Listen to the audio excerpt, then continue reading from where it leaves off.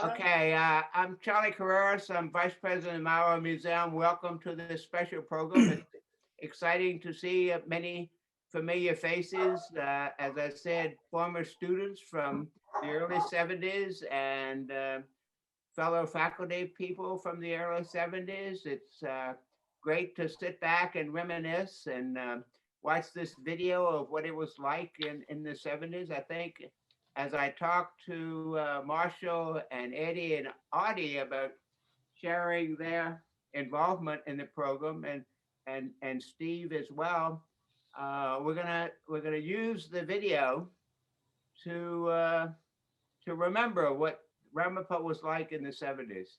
It was a unique place, and we'll get some insights into that. Before we go any further, I want to tell you about the Mauro Museum. I want to tell you that we're once again always looking for volunteers, and we need your help to continue doing these exciting things like we're doing today. Coming up, we have a program on Monday on women's right to vote. We have a guitar workshop on April 1st. We have a program on April 10th, Kathy Hajo, faculty staff member at Ramapo, on identifying things around your house. It's entitled What's in Your Attic. Sue Baker, who's from Waukesha, Wisconsin, is going to talk about Les Paul and his younger days growing up in Waukesha. One of our very popular programs that maybe some of you would be interested in, you haven't heard about, is History of Palisades Amusement Park. We've had 300 or 400 people attend our programs on Palisades. We have a great exhibit on Palisades. That's going to be on April 24th at 11 a.m. And finally, another program on Ramapo. Tom Dunn and Dick Roberts are going to do a program on May 3rd on the architecture of Ramapo College. There's a lot of information on our website about these and all of our programs and what's going on. And that's a place that you can make your donations, which are needed and very much appreciated. $5, $10, $20, $100. We take all donations. Thank you. Now, I want to, Marshall and Eddie and Artie need no introduction. And I will ask them to make some brief comments about their involvement in the video. Then we'll go into the video. Tom Heed is going to run the video. He's broken it into different chapters. They're about 10 minutes long each. As one chapter ends, we're going to rotate with Marshall, Eddie, and Artie to comment on that segment very briefly. And then at the end, everybody will be able to jump in an orderly fashion. We know Ramapo people, I don't know if the students remember this. Ramapo faculty like to talk, and they're excited about things like this, and they will talk a lot. So you'll have the opportunity at the end. And the museum has an open-ended Zoom account, and we can go for a long time. So as long as you want to stay here, maybe before we get into our official panel, I want to invite Steve Arianis, since he and Ed Cody were the author of this whole program. Steve, can you, if you're unmuted, can you make a few comments about writing this and your inspiration and so forth? Yeah. First of all, we had considerable help with this. Pam Bischoff, Nancy Mackin took care of most of the logistics. We simply called for participants, volunteers. Several people volunteered, and they did pretty much their own thing. They did a great job with it. And Ed and I think we supplied some material to Artie for his introductions. But by and large, this really was a kind of an all-college event. A lot of people pitching in to make it pretty much the success that it was. Good. Thank you. Thank you, Steve. Okay. Marshall, maybe we'll start with you with your comments. So I've been thinking about this a little bit, and in general, what I'd like to say is there was a sense of family that existed in the early years. And as much as we may have struggled to get things organized and to try and figure out how to run our college, one of the things that I thought was really good about everything was that we all, we may have disagreed with stuff, but in general, we respected each other. We got along, we laughed a lot, we interacted with the students. I remember that students had an equal vote with the faculty. That didn't last very long. I remember that we only had a small number of grades. You could get an A, a B, a C, or something called no credit. And I'm sure Cindy can remember this. No credit meant you never even attempted the class. But for me, there was a sense of an esprit de corps where we knew we were in a new adventure, but we trusted each other, we laughed at each other, we embraced each other. And I think the video shows that. We were able to make fun of ourselves, and we didn't really get insulted, although I'm not sure Herman ever fully understood. Okay, Eddie, you want to jump in? I'm watching Sure. something, okay? I'll get Well, your I certainly second do word search. everything that Marshall said. You could, at the time though, you didn't fail out because of your grades, but you could no credit out. Right. That is, you had to accumulate a certain number of credits over a certain period of time. And then, I guess my only comment, and you'll see it as we go through the video, is I rather suspect that there would be no way in the world that we could do a video like that today. Absolutely not. Absolutely not. Without, Our Zoom session started. Ooh. yeah. In any event, it was a fun time. It was difficult. Of course, nobody had tenure, and most of us were new faculty people. We didn't even know what tenure was. There was a certain comfort to me, and I suspect to Marshall, because we had gone to graduate school together and been lab partners in some courses. So, when I came here, I saw Marshall and the late Dick Graham, who was a student with us. So, and then I also remember a group of us had a pre-gala gala, went out to eat before, and then came back, and we actually not only ate but had a few things to drink, a few adult drinks. So we were happy before this happy event started. Before we get to audio, one comment to what both of you said. And in a way, all of this began with Potter and his attitude and his relationship and his respect of us and our respect for him. He was our leader. We all knew it, but there was a lot of respect going in both directions. Absolutely. And he was a man who knew how to have a good time. He did. And we worked hard, and boy, did we work hard building a new college. I did not know. I was excited to come to build a new college, but it was exhausting as hell. And we worked hard and we partied hard, right, Artie? So pick it up from there, Artie. Yeah, the partying hard. I always remember the party, the actual parties, especially the CA parties. Again, as Marshall was saying, there was a collegiality that was on that campus. And again, back to what was said about George, I remember the first production I ever did with Stuart was As You Like. It was the Shakespeare outdoors. George was actually in the play itself. He loved to sing Henry VIII, I Am, I Am. Oh, yeah. One little story, I'll try to make this very, very short. One of the things I've always remembered, the hockey team won the first championship for the college in '75.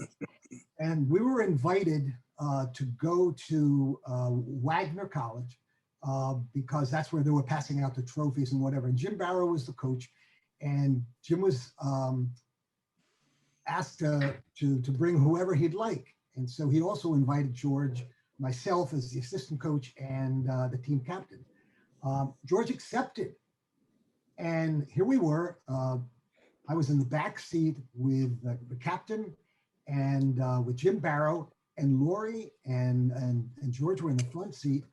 And I remember them holding hands. And when we walked into the building, they were holding hands. This is the college president, you know, and it just was some kind of a sense of, there was no airs about it. This is the way this man felt.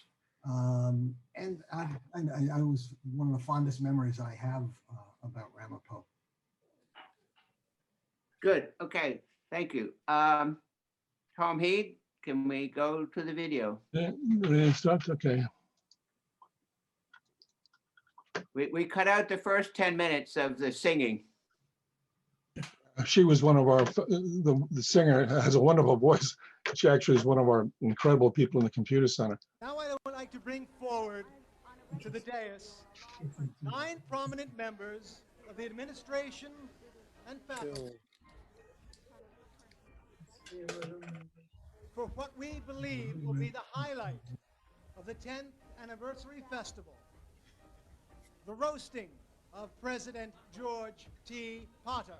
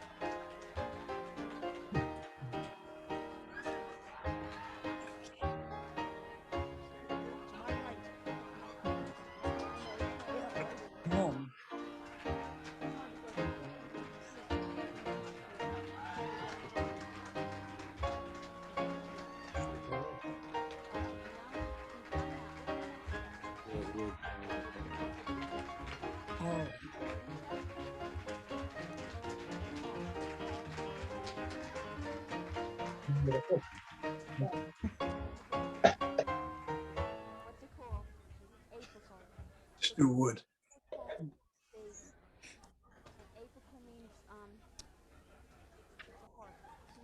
He's supposed to be Herman Kaufman, the head of dais.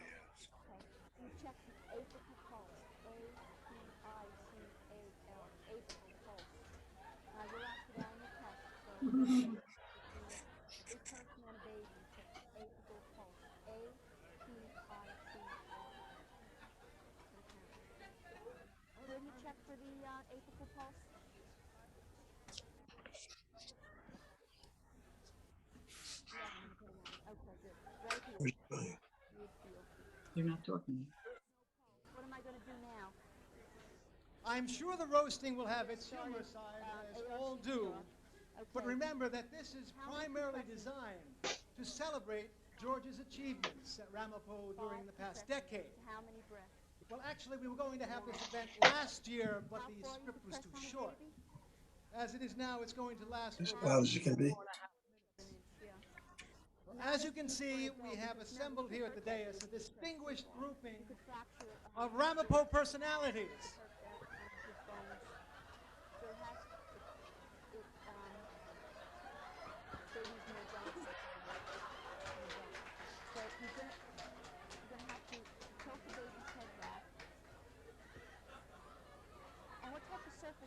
At my far left is Ramapo's own Daddy Warbucks, Arthur Jacobs, Vice President of Administration and Finance.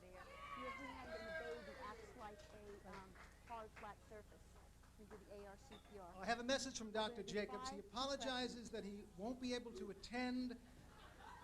He is arbitrating a traffic jam at the intersections of 4 and 17. All you have to do is slide over. At my far left, then, is Ramapo's own Tim Robinson, Dean of Academic Services. This is the left side here. Tim asked if he could speak first. It seems that he has an Audubon Society meeting that he'd like to attend in 10 minutes. Right, for me it's the left here. Next to Tim is Ramapo's own Fred Waring, our sparkling director of institutional research. Then easy to go to the mouth. Next to Fred is Ramapo's own Ted Halpern, professor of physics, a foreigner, and a well-noted raconteur. Foreigner. Hear that? Huh? Foreigner. Yeah. I gave that to him.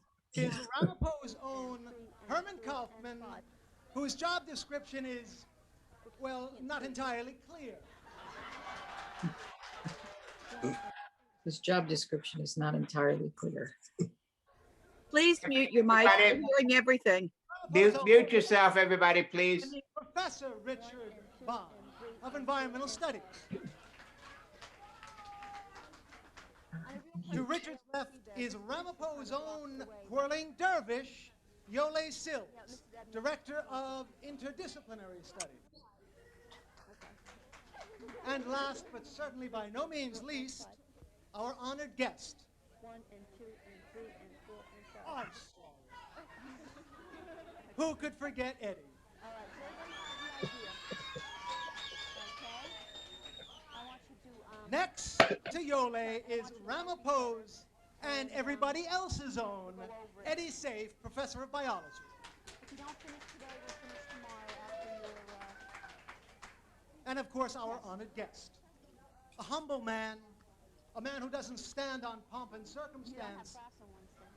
Ramapo's own Noel Coward, President George And it's Potter. too late. Yes, when you're finished over here. And now, without you go further over ado, I and would like to welcome call the upon presenter. someone whom we have all come to admire for his Who wants to go charisma, first? vitality, Okay. and the excitement he brings to any occasion. I mean, of course, that wild and crazy guy, Tim Robinson. Let's help Sue. Wake up, Tim, please. Tim, would you please come to the lectern? Remember, you're all on cue. Okay. Well, she finds her. I wish I had finished that. Okay. Sue finds her baby brother choking. What's she gonna do first? Does she have holding the baby correctly? No. How should she be holding him? On your arm. Yeah. On your arm. Please mute your mics. We're hearing someone speaking in the background. You can't hear the presentation. Well, I really wanted to speak here, you know. May make the baby get that They, stuff up that's they in didn't his want me throat. to speak because they say I You do it as many times as you need to do it. pause too long between what I say. So they say, Tom, stop the video a minute, please. Okay. By way of explanation, this copy is an old copy. It sat in the media center for about 15 years before it was converted to DVD. When it was converted, the DVDs had some information already on it. That's what you're hearing right now. Sometimes there were people talking in the background. Other times there was a recording already on the DVD when this tape was put on it. That's what you're hearing. And I apologize, but this is the best copy we have. Okay, Tom, continue. Okay, she's gonna flip First. him over.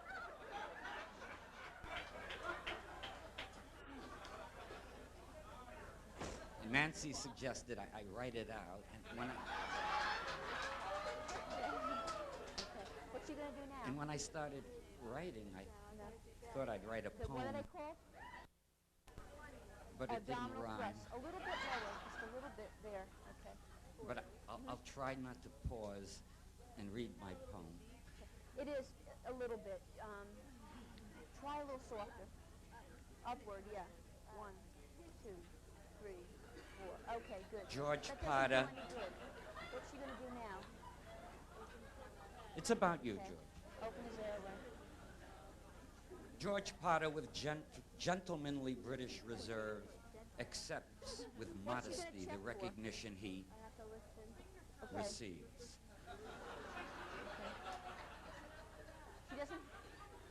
I wouldn't do it on a baby. He started a You do that to school the which is person? second to none, Yeah, I wouldn't put that on a and baby. certainly deserves his day in the 4 quick breaths. Did she check for breathing? Okay. limelight.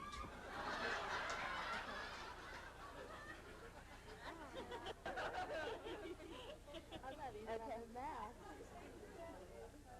Why don't you hold her down? A new college, serious and bold, suddenly finds itself 10 years in the making. She's gonna check the pulse. Is she in the right spot? Right there. Okay, good.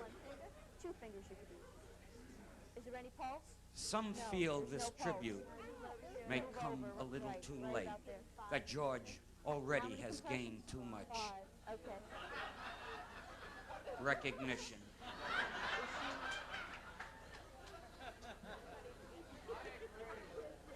Try and make a better snip.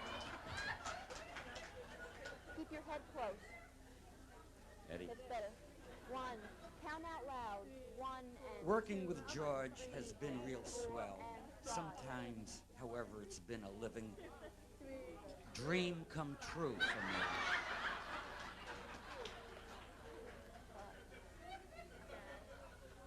The news that he's been granted another 5 years may have caused some to shed a few Apical. worries and concerns that Try they to have come to you. Okay. the whole situation. Just try once more.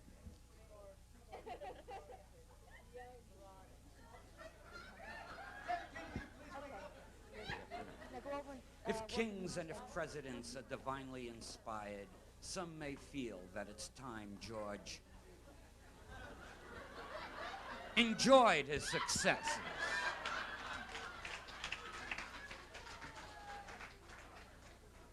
Why don't you come around this way? That way you can, or you can Thank get up in front of me.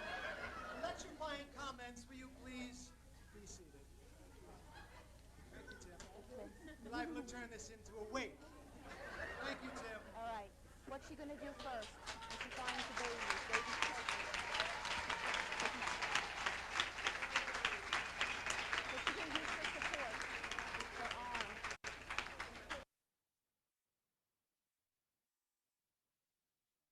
Okay, Eddie, do you want to reflect a little bit on the first segment?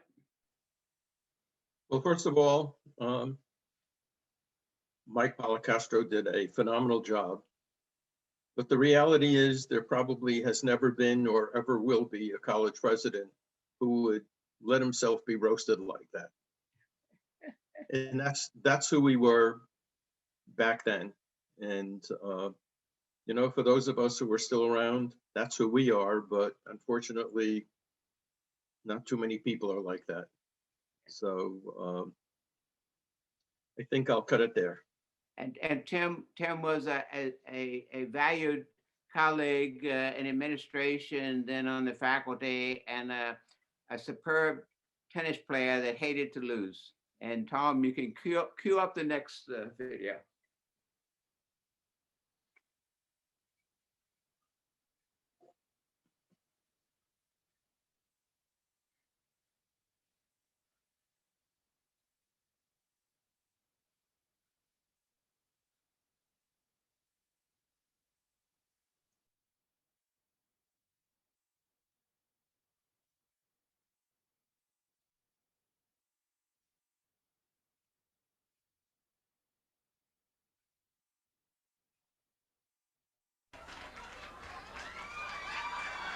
Our next guest can be seen many times wandering aimlessly around campus, pondering provocative and scintillating statistics, a man who moonlights as a fashion model for Pierre Cardin menswear, Mr. Fred Waring.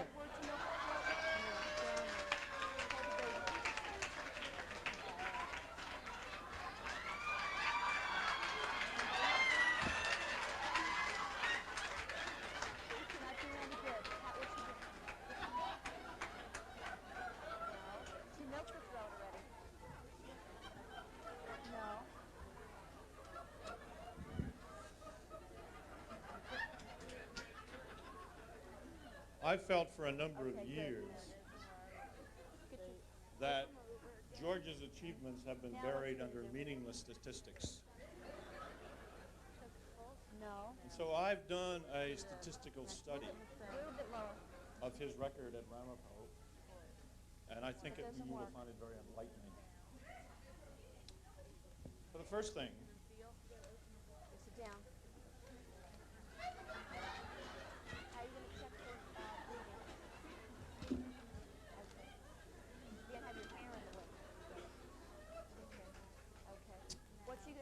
First, let me explain my methodology.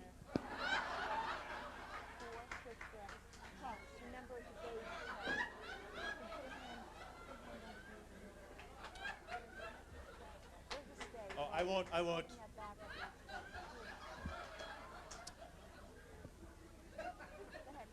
won't explain my methodology because none of you would understand it anyway. Let me begin with the basics. Students. Now, you can look at students in a variety of ways. Okay, good. What you gonna do now? The quick If you count the head count. Check the pulse. Which pulse? And square it. Yes. No pulse. Square it by the leg count. How's she gonna position her hands? We have moved from 250 students to 4,827 staff. However, if you count the whole bodies, not including broken bones, and divide the SH8 by FTE on the P by way scale, we get less encouraging but adequate numbers, 3,200. On the other hand, and this I think you should really take in, the full number of full-time equivalent faculty has risen from 153 to 700. That is, if you include adjuncts, overload credits, visiting lecturers, friends of Ramapo tennis players, the football team, external media presentations, and attendance on Jewish holidays. However, applying the state-mandated coefficient factor of 3.4, which we are diligently trying to raise to 3.5, 4 to 6 minutes. Okay. and dividing it by the FTE equated weighted status of 6.235, we then have 27.38 faculty who teach an average of 875 students per 1.43 faculty persons in classroom space designed for 46.2 students, but containing a seating capacity of 37.8 students. You have to appreciate that George has taught us how to do this.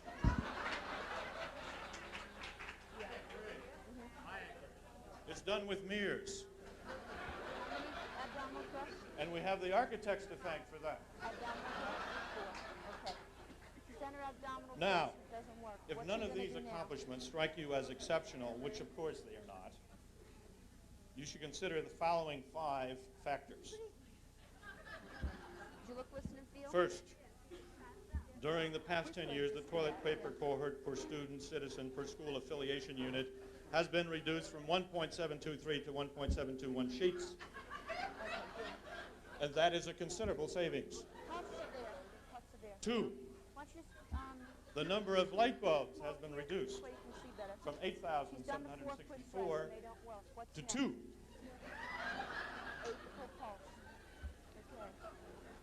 And one of them is in my office letting me see the light. 3, Is that deep enough? the number of incidents of ptomaine poisoning in the cafeteria has decreased from an incidence of 46.3 per 100 faculty, students, and administrators in 1971 to 33.4 per 100 in 1981. Of course, we have changed our reporting system. We only report fatalities. And 5, for George's greatest accomplishment has been the raising of our budget allocations to 8th among the 8 New Jersey state colleges. Okay. We could get a lot less if we had a less coefficient database. So you can see how invaluable I am to George. I show how great he is with my statistics, and that's why he's a great president. The proof of that, he has moved my office next to his, and he has given me a light bulb. Thank you.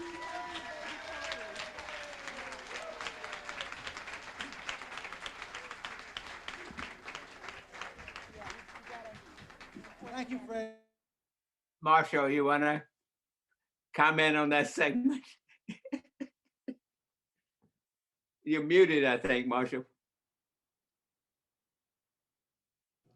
I was laughing really hysterically throughout this presentation and completely forgot how buried into statistics or pseudo statistics that Waring did. And Tom Goss just did a wonderful job when he said the first thing and had to rumple through all the papers. And the line that I thought was the best was that, he's saying that George had done all of these things and he did it with mirrors, and we can thank the architects for that, so that he really pulled all of these things together. It was really hilarious. And it underscores what Eddie had said before, that no other college president would allow himself or his staff to be so ridiculed, but in a loving way. The nuances and the slight moves. You see Stuart patting his forehead there with and looking up at Fred. I thought it was really very, very, very funny.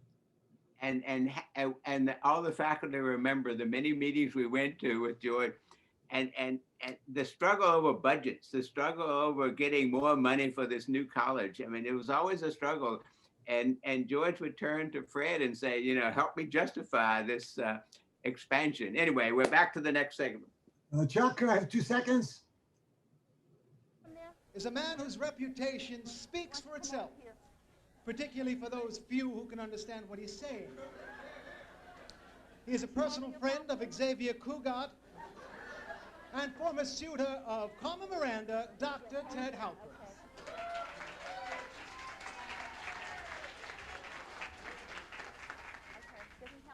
Thank you very much. Could I have a cigarette, please? Could I bomb a cigarette?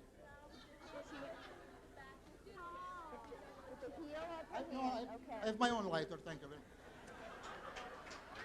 No, that's for a baby, that's hard enough.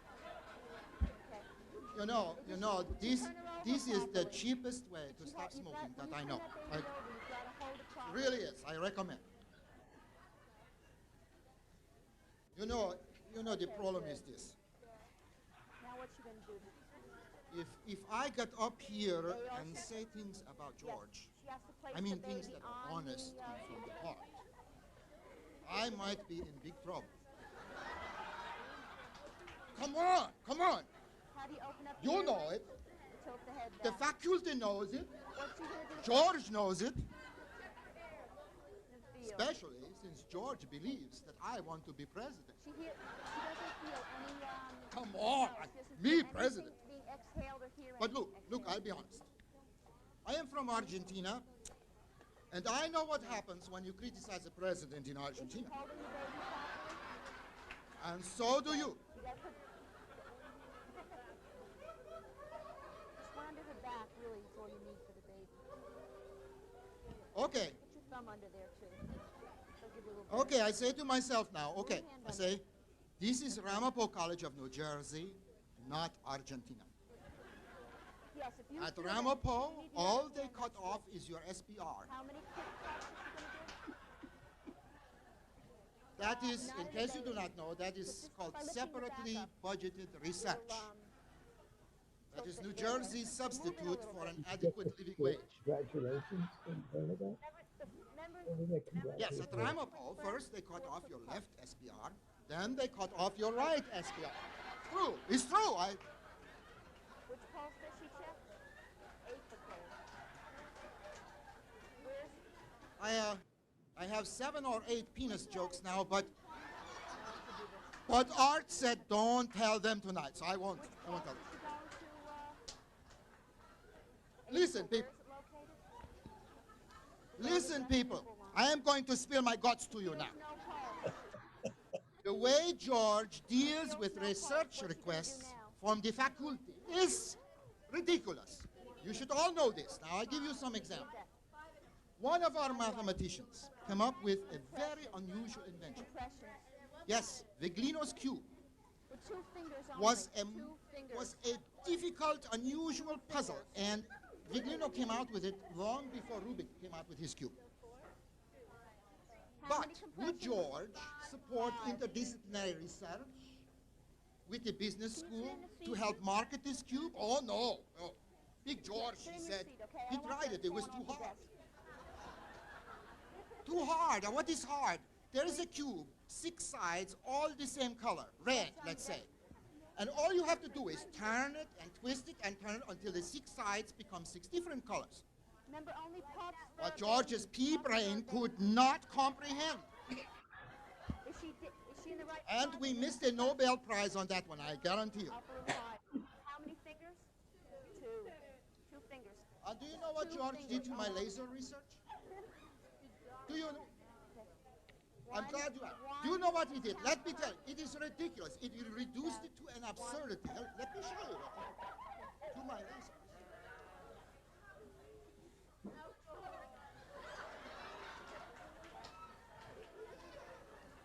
Okay. Let's help.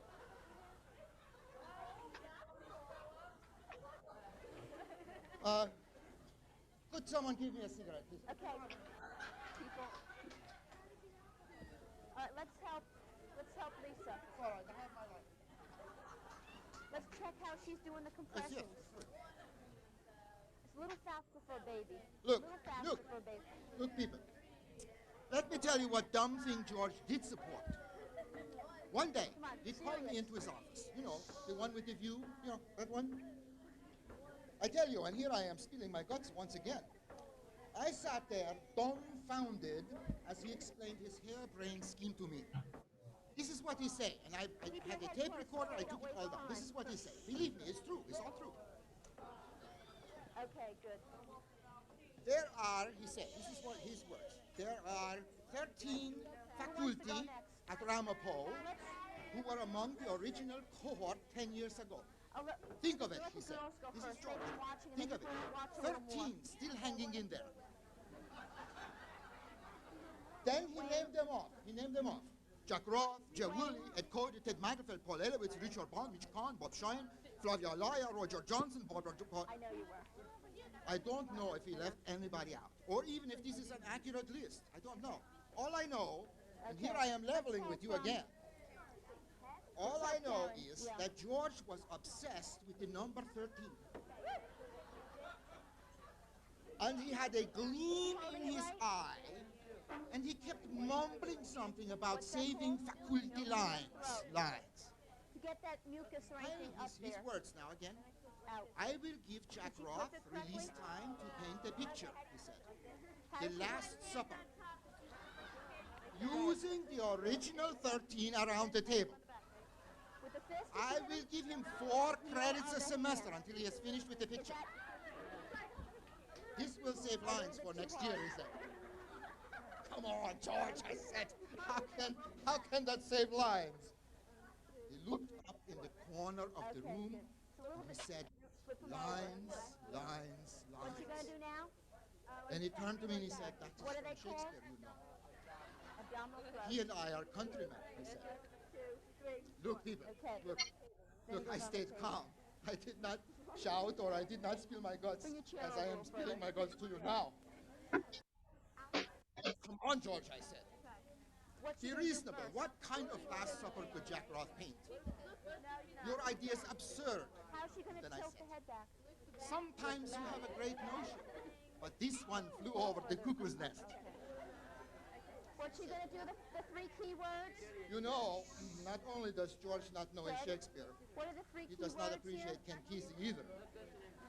Look, In listen, and Argentina feel. even, Okay. we study Ken Head. Look, Kesey listen, right and alongside feel. of Cervantes, Shakespeare, Stick your head Pablo down, Neruda, Victor That's all. Borges, and He's Mickey not- Spillane. Let me tell you, Argentina He doesn't is hear any more breath, doesn't feel any interdisciplinary breath. than you may What's think. next? Ever since Evita stamped those Germans and gave it to those 7 Tonys. Before that? But I digress, quick I digress, and I am sorry that I am taking so long. I want to assure you that I am not after George's job. You want me to finish? No, of course. George said to me, Can you here's hear? a quote again, Can you stupid hear the, oaf, he said. Wendy? That is Get British, Sue in here, please. maybe even Oh, Shakespeare. okay. Close the door. Okay. Don't you know, he said, don't you know that one of the 13 must be elected Christ and another one Judas Iscariot? You know what happened to those blokes, don't you? That's what he said. Diane, she felt no pulse. That will give me 2 lines, at least. Maybe 3, maybe 3. Peter upped it later on too, didn't he? A what, he said. Then he said, I may not know my Shakespeare or my Kenkisi, but I have been in enough hotel rooms around the country to know my King James Bible. Keep close. You may leave now, he said, with great finality. And as I opened the door, he looked at me with steel in his eyes. Believe me, it's true. With steel in his eyes. And he said, with scorn, I knew all along, figuring it out with geometrical logic and an Agatha Christie handbook, that you, Theo Halpern, had a copy of the key to Joe Richardson's room.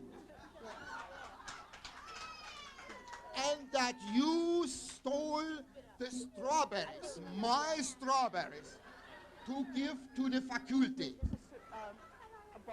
I realized then I was through, and that George had a new interdisciplinary course in mind, combining Jack Roth, King James, and Humphrey Bogart.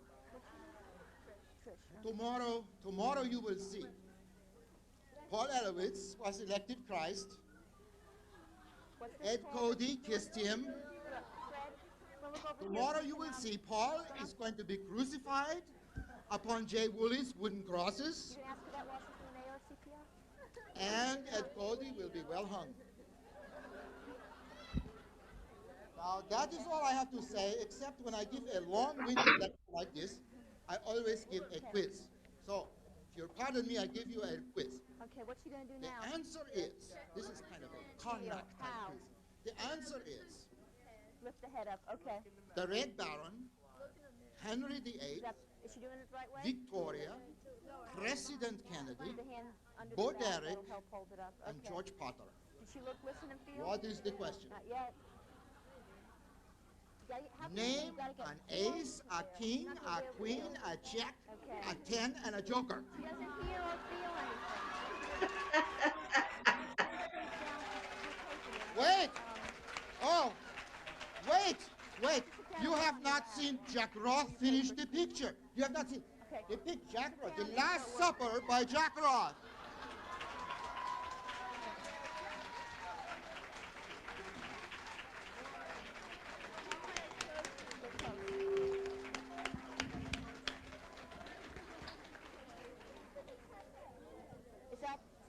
Thank you, Ted, for spilling out your guts this evening. You have added to the argument that there very well may be too many foreigners in the UN. Okay. So you saw that the writers of the script, or the originators of the script, Steve Arianis and Ed Cody, a very young Steve Arianis and Ed Cody, walked by the screen. And Teo, we love you, Teo. We love you, Teo. So Audie, your memories of the 70s and Teo and and Ted Michelfeld. Well, as far as Teddy is concerned, I remember, can I still be heard? Yes. I just lost a video, but Teddy and his jokes. I vividly remember when I was working, my office would face a corridor, and I could always see Teddy walking in and heading right for my office with a bunch of jokes. So we still send each other jokes. So a very funny and dear man.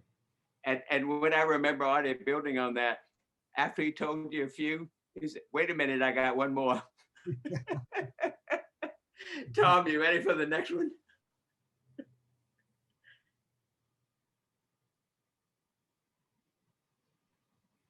Eddie, are you talking? We can't hear you if you're talking. You're muted.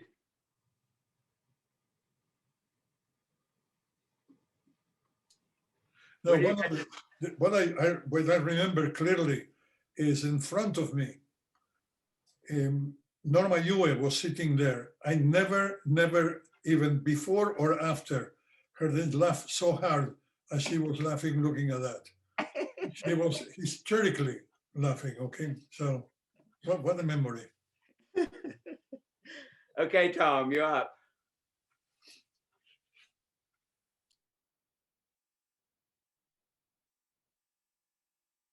Escaped the scientific work in his laboratory to take up his present position as the Okay, good. Who wants to go next? as Herman, what is it you do here at the college? I'll explain it to you. No, you can do it. Well, here he is, the man with the polymer personality, Dr. Herman Kaufman, to explain exactly what he does. After you catch his bill, you can start. Yeah. I'm Natalie attired. On the desk.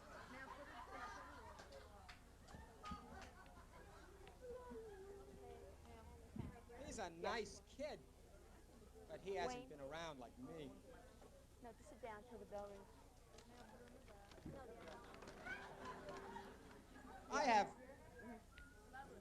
one question. All right, you'll have to finish tomorrow. I'd like you to put your desk Why? back in your rows, please. Why him? Well, And not I me? know you can't, but Who's done more for this place than I have? not yet.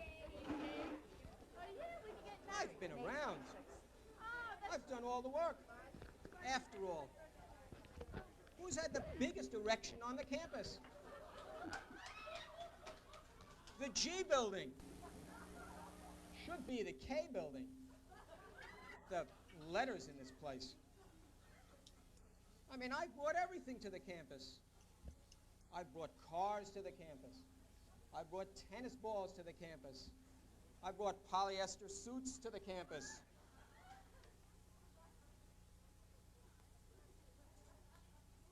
Now, I come here in a very special role. We have an MC. But do we have a mishkiach of ceremonies, I ask you? Now, you know what a mishkiach is, the person who makes sure that everything is kosher at an affair. Now, when I was asked to participate in this, I was asked if I would be willing to participate in pork. This I had to check out until I found out what it means. Potter's organized roast committee, then I figured I would do it. Okay. Now, I have been able, with George's help, of course, to enable us to get involved in many merry money-making ventures. We have been able to go from fake Fords to vivacious Volvos. As a matter of fact, George, the Volvo people want you to practice for next tournament. Throw out the ball the right way. Stop throwing it in the river. And then we asked them if they could send over a token of their appreciation for the sponsorship of the event. They said it was difficult to decide on exactly which model to give you. So they're going to give you all, suitable for framing, any one you want. You can have that. All the Volvos that were ever made. Now, as you know, we try to raise money for the institution. And I have some raffle tickets that I'm going to be circulating through the audience to sell a little bit later. This is the penultimate raffle for the institution. First prize is the college.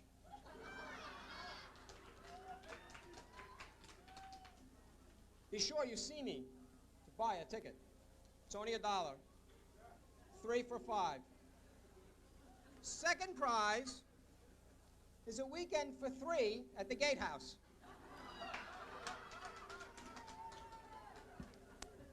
Third prize is a 5-minute guided tour of the electron microscope and the power plant with Dr. Joe Richardson.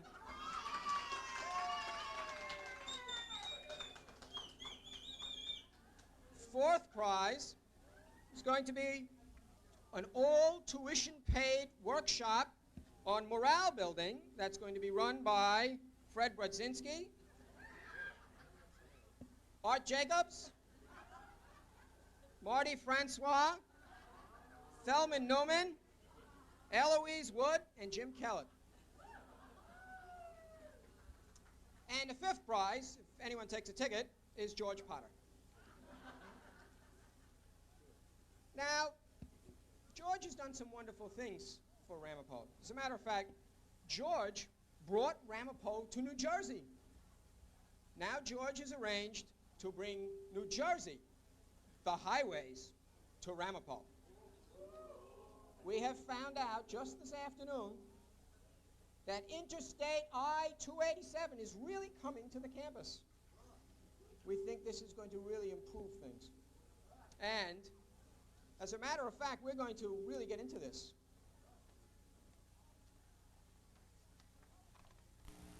We have gone through no expense to realize that we're going to set up a gas station here at the campus. And you'll be able to pull up to a Ramapump, and you can get anything you need. Ramapo regular, environmentally studied unleaded, or, if you've got the cash, Potter's Premium Petrol.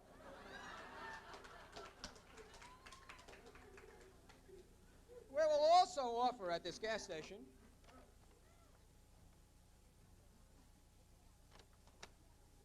interdisciplinary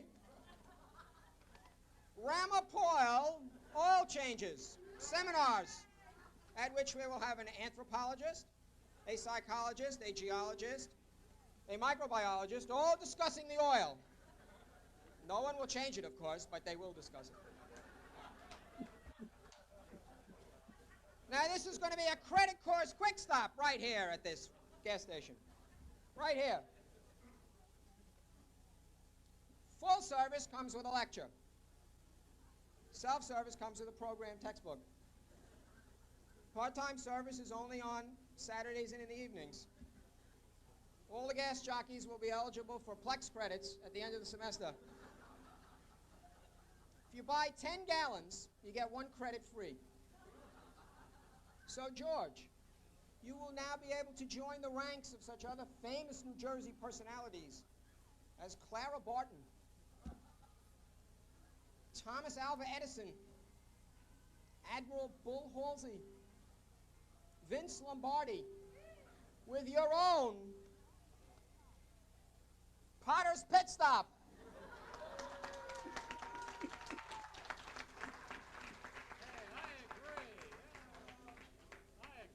Now, in honor of the occasion,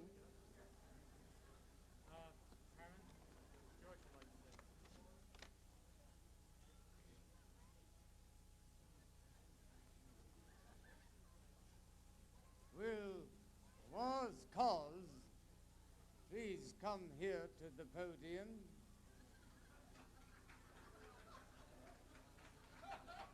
You see, I want him to shut him up.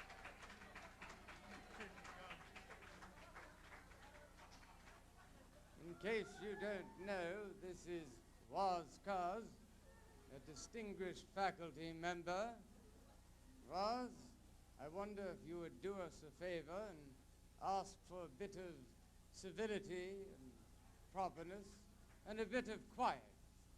Would you kindly do so for all of us here? Perhaps in your usual fashion.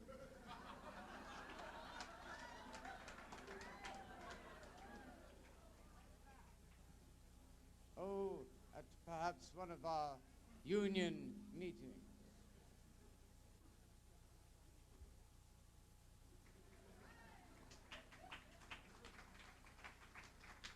I certainly hope that you understand what we are asking you. So thank you very much. It was impromptu. We hadn't expected it. Thank you.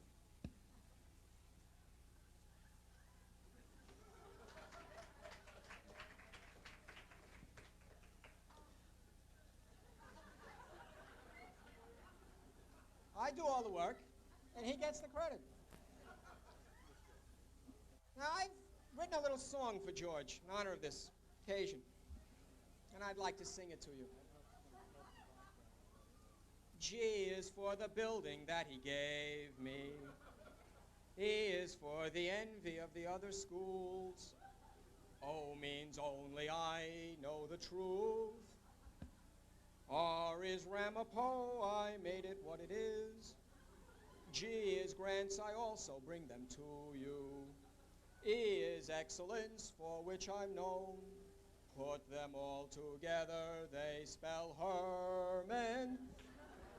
Oh, it's George. Oh, I have to do this again here. Wait a minute. P is for his programmatic needs. O is for the office which he holds. T is for the tenure he has granted. T is for the tenure he has not. E is for the education that he gives us. R is Ramapo, his place sublime. Put them all together, they spell Potter, a president who's truly divine.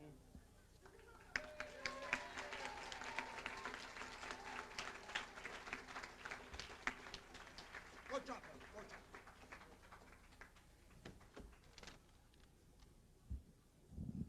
So, Could we please have some quiet in the background, please?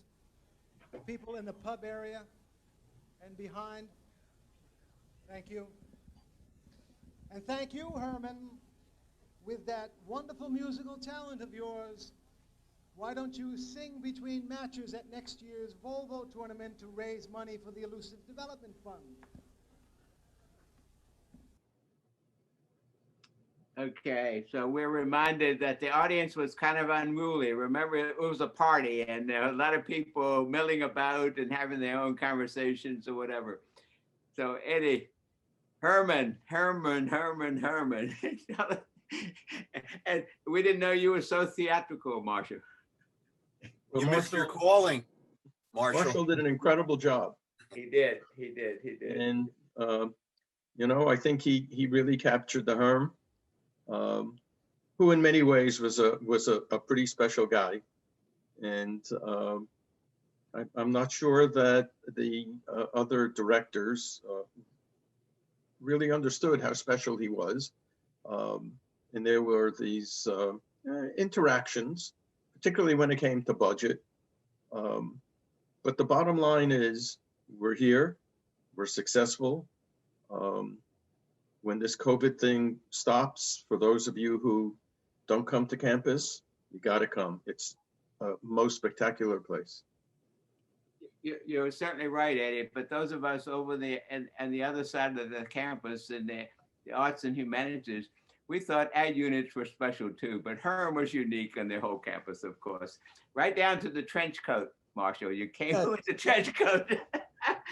Okay, Tom, cue up the next one. I'll present a man who in 10 years has become Ramapo's answer to Senator Claghorn, and a man who is a legend in his own mind, Dr. Richard Bond.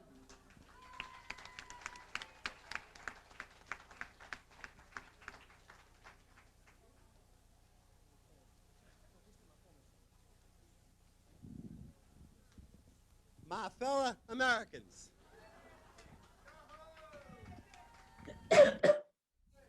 I have come to praise George, not to bury him. I'm given to understand that his contract's been renewed for 5 more years. So be it. However, if for some reason he vacates the president, let it be known I hereby throw my hat into the ring.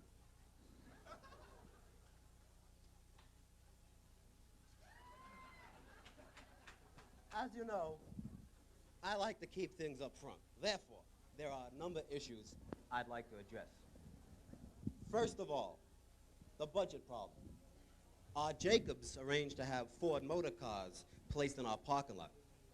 Well, what happened to my proposal to raise cotton in the North Fields? Or my proposal to have a Magnolia Festival? Or my proposal to have a gumbo parlor on campus? All still unanswered.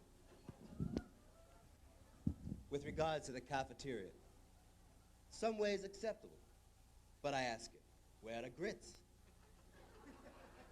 Where are the chitlins? The mint juleps?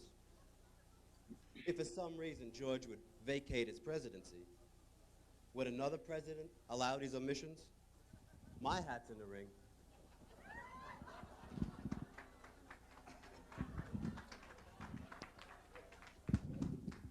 Furthermore, I take strong exception to our history program.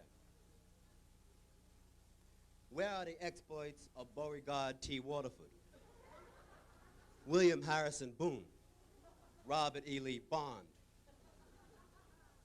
Why do we read that the Civil War is over, or that the North won?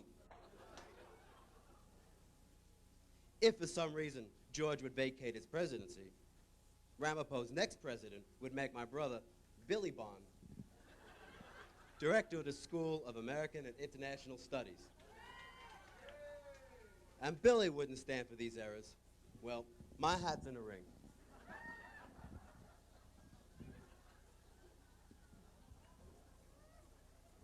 These are just a few of the many issues that need attention from a strong, active president of Ramapo. As director of the School of Environmental Studies, I'm sensitive to any grassroots moves or changes in the winds of fortune. And if some unforeseen circumstance arises and George vacates his presidency, I'm at the disposal of my colleagues and my fellow Americans. My hat's in the ring. And if not, well, frankly, George, I don't give a damn. Thank you.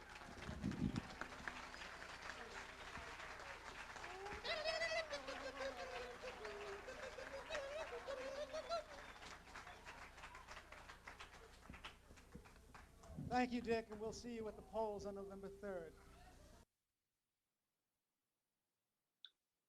Okay, I got in the chat box, you can put comments or questions in the chat box.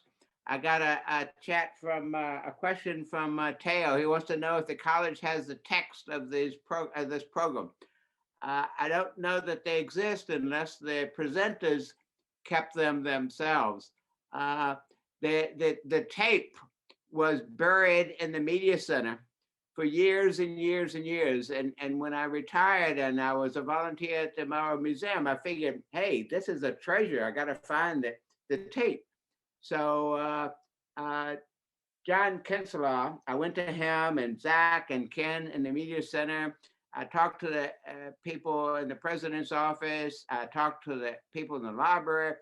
Month after month went by and no tape. So eventually I was in the media center and John Kinselaw says, oh, there's a box over in the corner by the entrance and there's like 4 or 5 tapes in there. And guess what? One of them is the 10th anniversary. That's how we archive. We had great speakers come to Ramapo in the 70s and really a lot of illustrious people. And we made videotapes of all of them, but so that's the answer to your question, Tale. The only record we have is this poor quality DVD that we salvaged. And I gave Tom one, I got one. The library and the archive has one, and the archive and the museum have one. So this is the record. Let's see, where are we? Marshall, you gonna say something about Richard Bond and Don Fucci? But Don Fucci was able to really capture Dick Bond's ability to bloviate with abandon. And I think I sort of remember sitting there having to give him all these hats. And the other thing that I want to mention to everybody is we had a couple of rehearsals and the rehearsals had us all in stitches. So we sort of knew what was coming. The audience had no idea, but we had a great time rehearsing this. And it still underscores the ability for George to have tolerated all of this abuse. And in terms of stuff that was left over, I do remember that fold out copy of the Potter's Pit Stop that I made for the gas station. I gave that to George. I have no idea what happened to it, but I did give it to George. And I think that it was just a lot of fun. I've been laughing here the whole time. It just still gives us that sense of the esprit de corps that we had and the sense of family that I mentioned earlier. Great, thank you. Tom, next one. The next one is short also with Jennifer Mazza. A speaker who possesses the same dynamic and vibrant personality as Tim Robinson. Here directly from the gatehouse where she serves as concierge, that lady who gets no respect, the effervescent Yole Sills.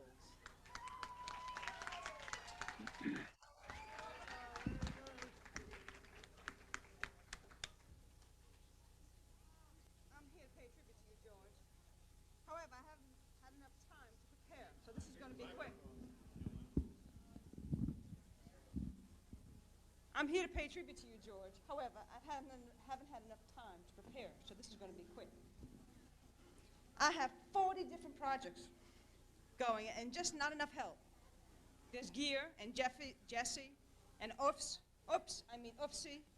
and CBS and the Hastings people and the Social Science Research Council and PBS, and then there's the Japanese Research Institute in New York. The Japanese, by the way, George, have a wonderful ethos about work. And I have to decorate my house, and Marty has taken Maggie, just like that, a fait accompli. And Andy is on leave, and most faculty only work 4 days a week, and I work 6, and not enough people help paint the guest house. Now, George, we must change the ethos at Ramapo. I keep thinking about the time when I was on the radio during the war, doing Allied propaganda in Italian. And then I think of Ramapo, who is more disorganized than the Italian government. George, you have to get the meetings on time.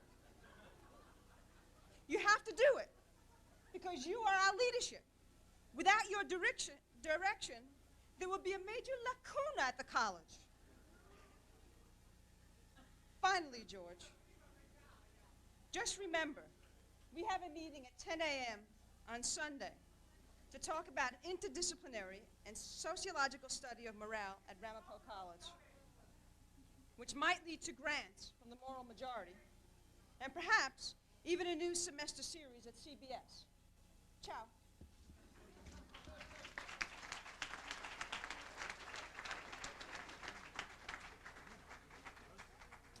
Thank you, Yole, for finding the time to whirl into our hearts. Eddie, I guess we're back to you. Well, Jen did the perfect Yole, who, for those of you who don't know Yole, she was kind of the person who in many ways was our interdisciplinary conscious, and just the gestures from Jennifer just brought Yole really back to my memory. Yeah, I'd like to just jump in the use of ethos and lacuna. And I had the, I would say, privilege of teaching with Yole sex roles seminar that Artie was in. And she could go off into directions using polysyllabic phrases and lose everybody. But she was an incredibly enthusiastic and committed to interdisciplinarity. And I think she really put that the notion of interdisciplinary up front for all of us to admire and actually step up and work for. Yes, and as Teddy would meet you in the hallway and tell you a joke, which you thoroughly enjoyed, she would meet you in the hallway and say, wait a minute, you could do this project on interdisciplinarity. We got to talk about that. Come by my office. I have two pretty fond memories of Yole, although they may have mellowed with age. One was she thought the whole solution to registration issues was everybody wearing a name tag. And the other one was from a student who, when told he needed permission for a senior seminar registration, said, "What's a Yole Sills?" And a force to be reckoned with was about the only answer we could give. Okay, Tom, cue up the next one. There we go. Werner, the agreeable Dr. Eddie Saiff.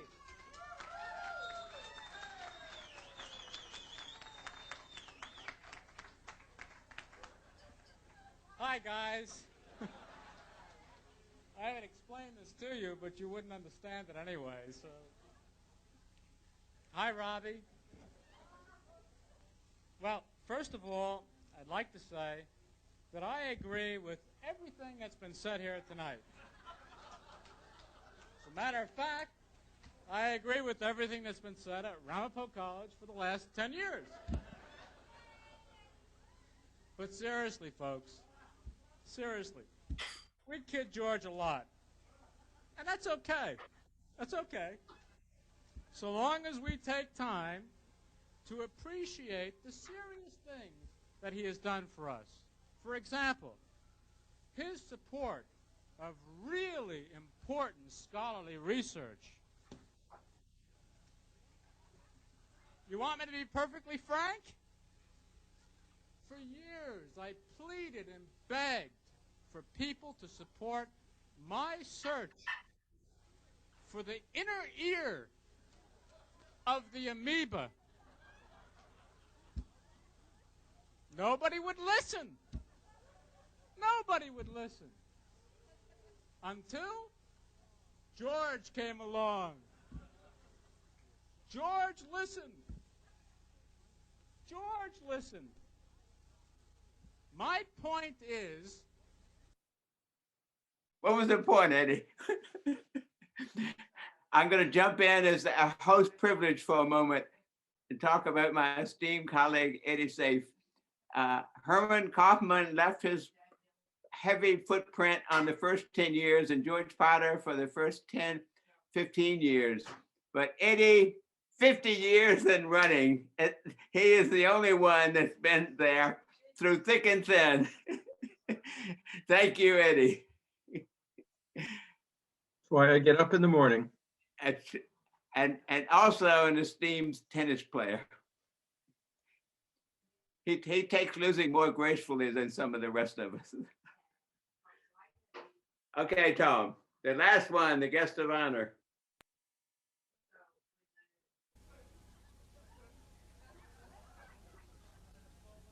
Your great enthusiasm gives me great pleasure. Holla.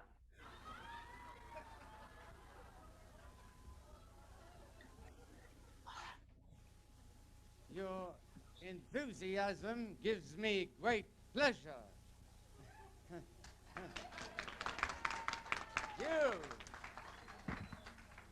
You.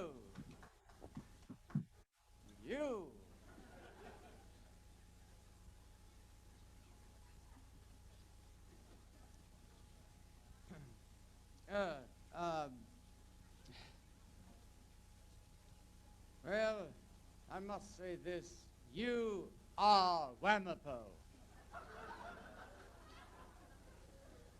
You stand for it. My. What a marvelous aggravation.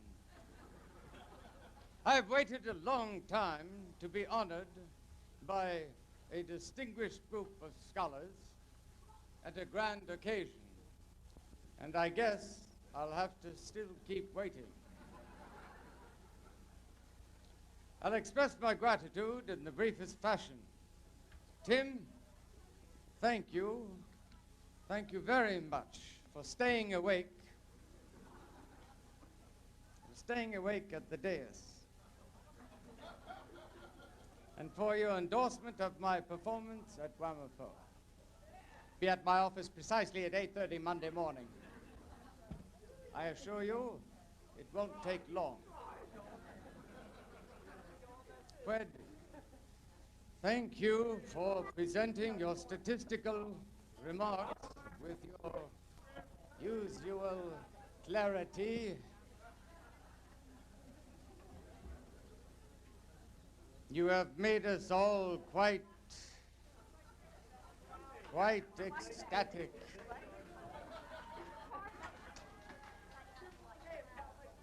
Be at my office at 8:31.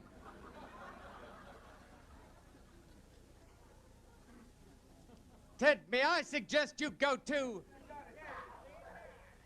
the Learning Center for lessons in the King's English. My microphone on. All right. I'm not quite sure what the hell you were talking about.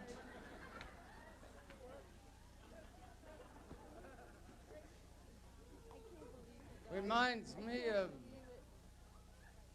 Sakawuga.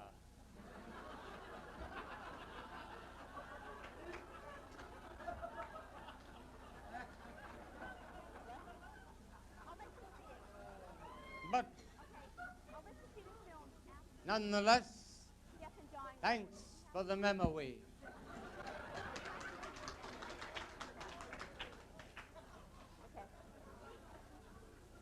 Herman, Herman, Herman. You have convinced us all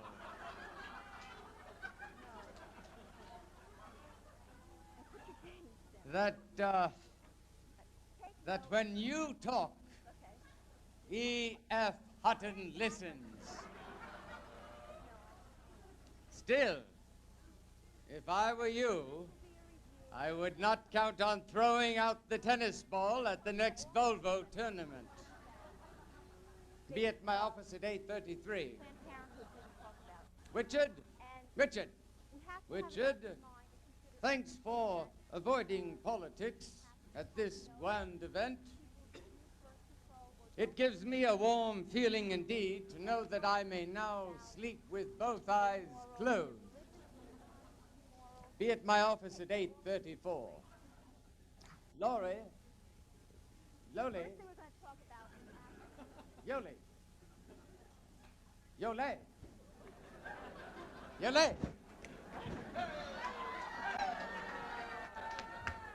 whatever your name is.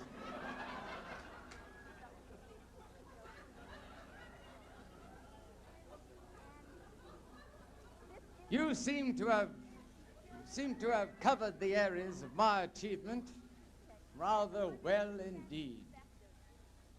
I've asked TAS to investigate the possibility of cloning you.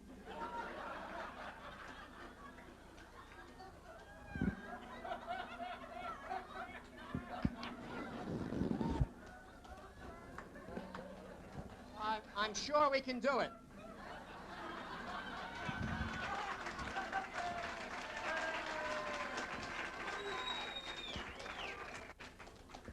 Be at my office after you finish painting the gatehouse, scrubbing the floors, and feeding the ducks. On the pond?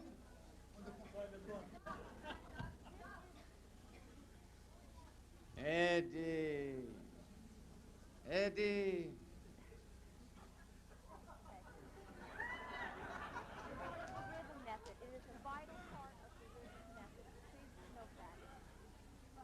As always, I can count on you in one way or another.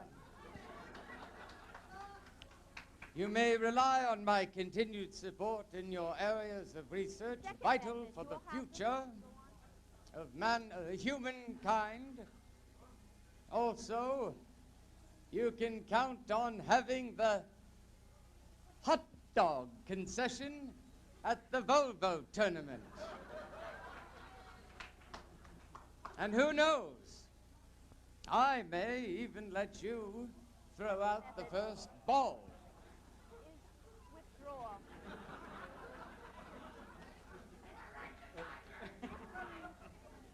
I recommended him for promotion.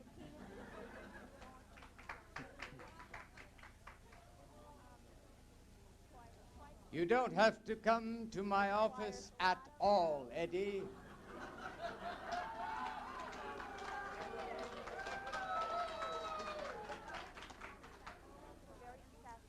Ever. Excuse me, sir. Excuse me. There has been a rumor circulating around here that this is really not the real George Potter. Now, if this is true, could I please ask that the real George Potter come forward? Is anyone out there who would like to? Yes, sir. Yes, sir. Would you please come up to the dais?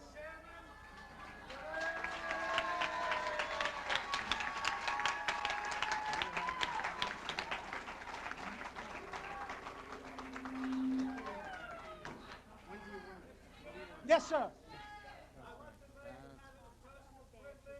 Yes, sir. There's no device.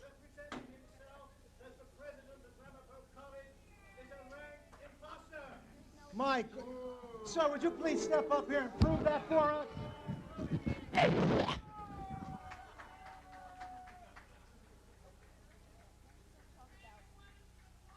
As we know, on the stage, you can always tell a man by the clothes that he wears. And in particular, you can always tell a man by his hat. And this man's hat is not the right size. Moreover, I've seen the resume of that august individual who is the president of Ramapo College. He is 6 foot and a half an inch tall. He weighs, according to the latest report,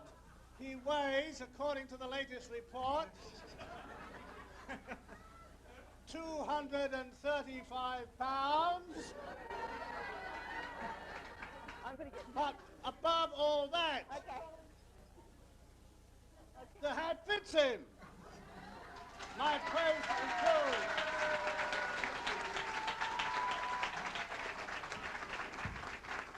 Now this has been a joyous occasion, so I don't plan to send this guy off into oblivion.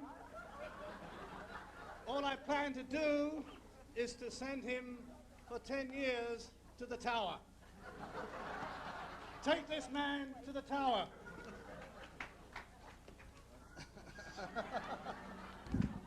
Hey, I'll write if I get work.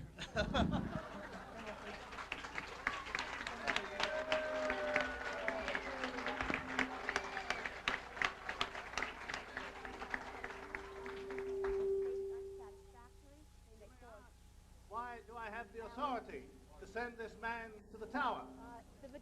So I'll tell you.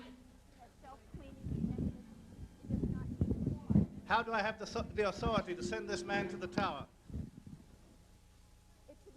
Well, like many people on campus, I have a dual personality. And I'm going to sing about one of my personalities. And then maybe, if I have your ear, we might talk about a few songs that I'd like to dedicate to various schools of Ramapo College.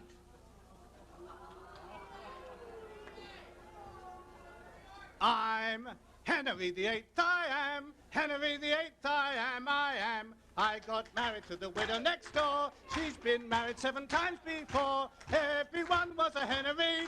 She wouldn't have a Willie or a Sam. I'm a 8-old man called Henry. Henry VIII, I am. I'm Henry VIII, I am. Henry VIII, I am. I got married to the widow next door. She's been married 7 times before. Everyone was a Henry. didn't have a Willie or a Sam. I'm a 8-old man called Henry. Henry the 8th I am.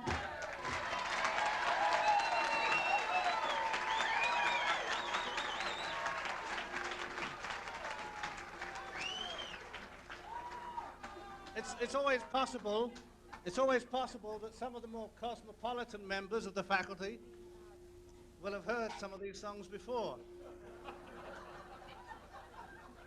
So when I get to the second chorus, you're entirely welcome to join in.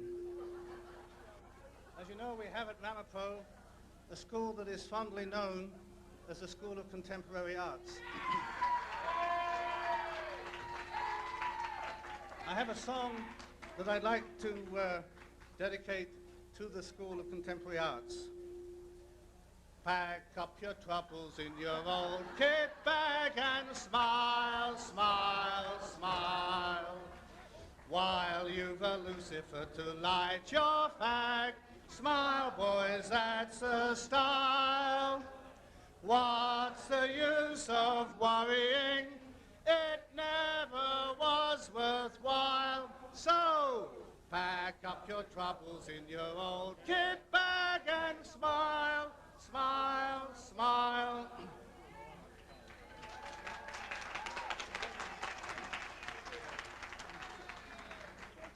You know, this year, the School of American and International Studies has been sponsoring a variety of international programs, and that inspired me to dedicate this song to the School of American and International Studies, with special thoughts of Dennis Murphy. It's a long way to Tipperary, it's a long way to go. It's a long way to Tipperary, to the sweetest girl I know. Goodbye, Piccadilly, farewell, Leicester Square. It's a long, long way to Tipperary, but my heart's right there.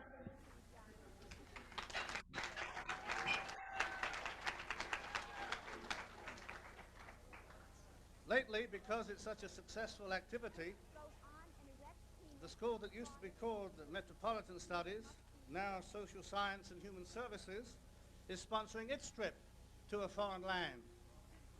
And I'm going to dedicate this song to them. Not quite as rhythmic as the others, but nevertheless dedicated with reverence. Maybe it's because I'm a Londoner that I love London so. Maybe it's because I'm a Londoner that I think of her wherever I go. I get a funny feeling inside of me just walking up and down. Maybe it's because I'm a Londoner that I love London town.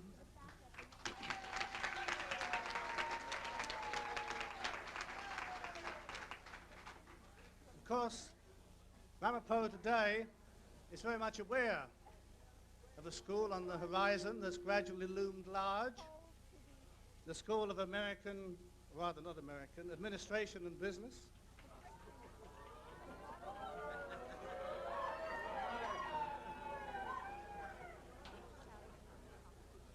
I've got a song for them too. I've got sixpence, jolly, jolly sixpence. I've got sixpence to last me all my life. I've got tuppence to spend and tuppence to lend and tuppence to send home to my wife. For wife, no cares have I to grieve me, no pretty little girls to deceive me. I'm as happy as a king, believe me, as I go rolling, rolling home. Rolling home blind drunk, rolling home blind drunk, by the light of the silvery moon. Happy is the day when the president gets his pay, and we go rolling, rolling home blind drunk.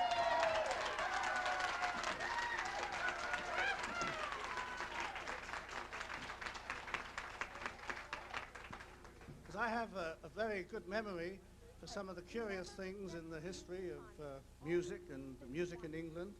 And for the School of Environmental Studies, I'll sing a song that maybe is not so well known to some of the people in the audience.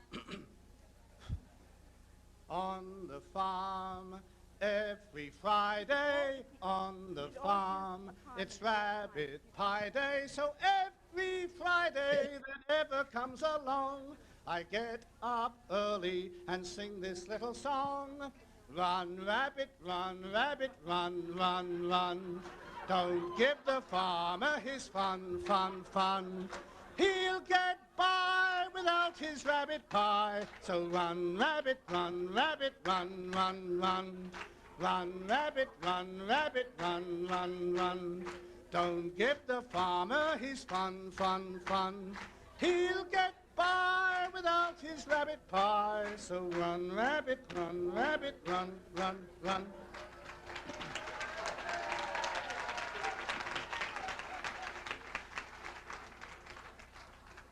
And as I've heard from several of my respected colleagues here this evening, Ramapo would not be a college without the School of Science.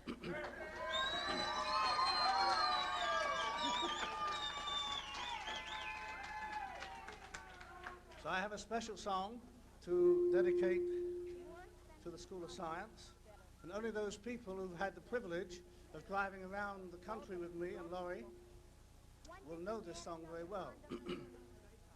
How does a hen know the size of an egg cup when she lays an egg?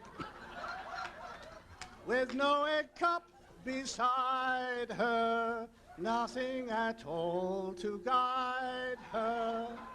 No one to tell her the actual size, no matter how she tries. So, how does a hen know the size of an egg cup when she lays an egg?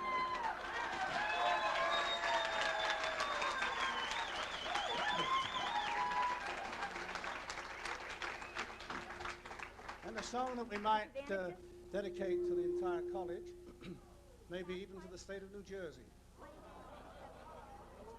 Though we ain't got a barrel of money, maybe we're ragged and funny, till we'll travel along, singing a song side by side. Through all kinds of weather, what if the sky should fall? As long as we're together, it really doesn't matter at all. When those dark bad clouds have departed, we'll be the same as we started, just sharing our load, traveling the road, side by side.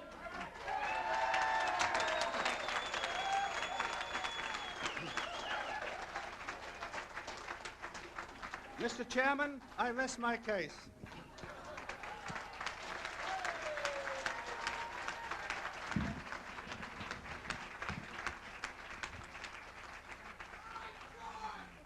I think beyond a shadow of a doubt, the man with the mellifluous voice is the real king of Ramapo College, President George Potter.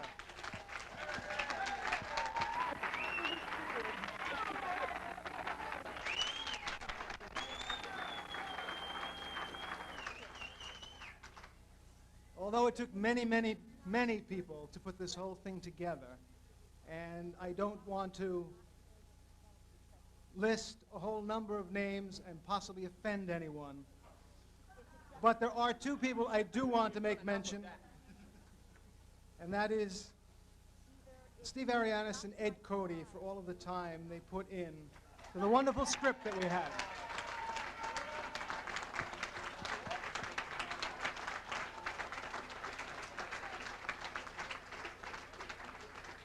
We hope that you enjoyed this segment of the entertainment. There will be a brief intermission so that we can set up in this particular area.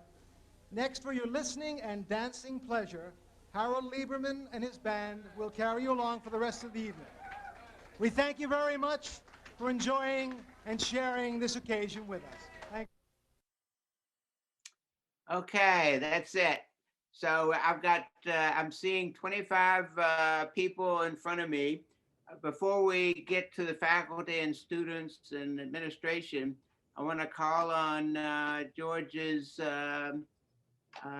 children who are on here, and Ralph, and I think her name is Carol. Can you unmute yourself and give us some of your thoughts on what you have seen? Wow, that's remarkable hearing my father. Kathy, that's my stepsister. Okay. Did he sing much for the family? Oh, all the time. I've heard those. Well, not recently, but as a child, he sang all the time. Great. That's great. Did you have a sense of that about his leadership at Ramapo? Did you ever have a sense of it? Certainly his personality, I think, rang all the time at Ramapo. Yeah. Well, one thing I want to offer you and everybody else on this call and anybody that's interested, Ralph, we will provide you a flash drive of this video. I think Tom, he has your contact information. Is that right, Tom? Tom? Yes, Tom has been very helpful recently. He supplied another video just this week. Okay. So we can do that. It'll be the same copy as this, and I'll offer it to my colleagues, former students and faculty administration, for a modest donation to the museum, which we'll put to good use. We'll purchase some flash drives and we will download it. It's in-house technology, so it'll take a while, but we're able to do that. So you can let me know, or just send an email through the Mauer Museum website. Okay, so I'm looking at 25 people. So let's do a raise of hands so that doesn't go completely bonkers. Teo, you're on, Teo. Well, don't forget to listen to Kathy. Oh, yeah, okay, Kathy. Are you I'm here. I don't have that much to add. I mean, I do remember all those songs. He loved to sing them when he was driving on long car trips in particular. And I also remember him in the Shakespearean plays that were put on, I think in that grassy area in front of the mansion. And I think that was really fun to see him, you know, with other faculty and students playing those parts. He was larger than life. And Artie Chill was part of those productions, right, Artie? Oh yeah, they were so memorable. I mean, of course, Stuart was one of the ones who put all of those things together, and he was just. I remember him. And thank you for doing this. Oh, it's our pleasure. It's such great memories. Tao, we're going back to you, Tao. Yeah, since we have here the children of George Potter, your father was a remarkable individual. We had many differences of opinion with him, the faculty, the directors, but looking back and with the help of time that has passed since then, it was remarkable what he was able to do. This is Ramapo College was a family, a true family, where essentially there were no distinction between the positions that people had at the college, be it at the administration, be it as a faculty or students and so on. It's something that I look back and I said, anybody that hasn't been at the college now for a few years probably will get lost between all the different buildings that have been built there. But that is just buildings. This is, we will keep forever what we saw today. And one thing I can add is that we were not the easiest group to manage and direct. It was like herding cats, and he was the one that could do it. It is an amazing feat. Anybody else on this screen before I go to the second screen? Saying that I thank you all, the people that are here today, and particularly Charlie, you did a terrific job. Thank you so much, Charlie. Great. And let's go back to Steve, the originator of this project. Thank you, Steve. You're muted, Steve. You're muted. You're mute. Unmute, Steve. Steve, unmute. He's doing it now. You got it now. Go ahead. Lower left. No. Got it. On the lower left. You have to click on the lower left. Connie's doing it now. Connie's his tech person. Hi, Connie. On the lower left on the screen. Okay, now it's up. Now you're, no. No. It's a political problem. You got to go to the left. Yeah, very. I want to go to the left. Left and low. The corner, almost on the corner of the left corner. He might be on a different system, but. This is a microphone that with a red microphone. Click on it. Okay, we're okay now. Okay, Steve, you're on. Are you sure? Yes. Yes. You don't want me to sing or anything like that? No, I noticed when George was singing, you were ready to chime in. I saw you. Right, and I sing better too. But he was good. Listen, Eddie, Marshall, Ted, they all hit on this. These were special years at Ramapo, very special. There was campus-wide friendship, humor, and goodwill. If you staged an event like this, support would come from all quarters of the campus. I think you can appreciate that by the obvious creativity and effort all members of the panel put in their presentations, also Stu. We were very, very lucky to be part of Ramapo during this time in its history, very lucky. And Chuck, I commend you on making this presentation possible and reminding us of the many good years we had at a very special institution, Ramapo. Thank you, Steve. And along those lines, send me suggestions on other programs that you think we could do. One of the things we've done is we've had panels from first year faculty and then another panel from second and third year faculty. So maybe in September, we can have another panel for 4 or 5 other faculty from the 70s and some students. We got students here also. And so they were very successful and well attended. So check the website, become a member, then you'll get all of these things directly. Any other comments, observations? I have an idea, Charlie. When the COVID situation clears up, perhaps we should have a meeting on a Friday afternoon on the York room of the mansion with wine. And cheese. I like that idea very much. Yes, that's a good idea. And we'll have Gallo and Velveeta, George's specialty. But it tasted differently. It was much. We have panels in the museum as part of our exhibit. We can bring some of those over to the York room, and we can have a lot of fun checking those out. Charlie? Yes. Mark Singer. I just wanted to mention one aspect of the program that wasn't such a success that I was involved in with the Dean of Students Office, and that was the food service. Looking back, it's kind of comical, but what happened was we had arranged for X amount of hors d'oeuvres to the number of folks that we expected, which was about 300. And if people remember, as soon as the plates came out of the kitchen, people just descended on the food, and there clearly was not enough food for the audiences. And the only folks that profited were the local diners afterwards, because everybody made plans to go out and eat afterwards. But to be honest with you, there was a meeting following that event, and George was not too happy about that aspect of the program.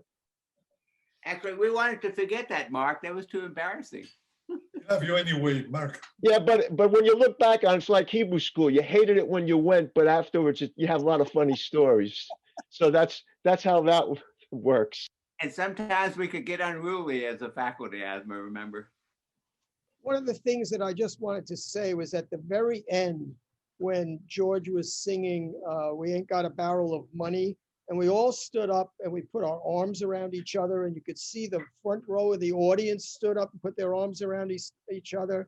That sense of community was very, very real. And it brought a tear to my eye to go back to that time.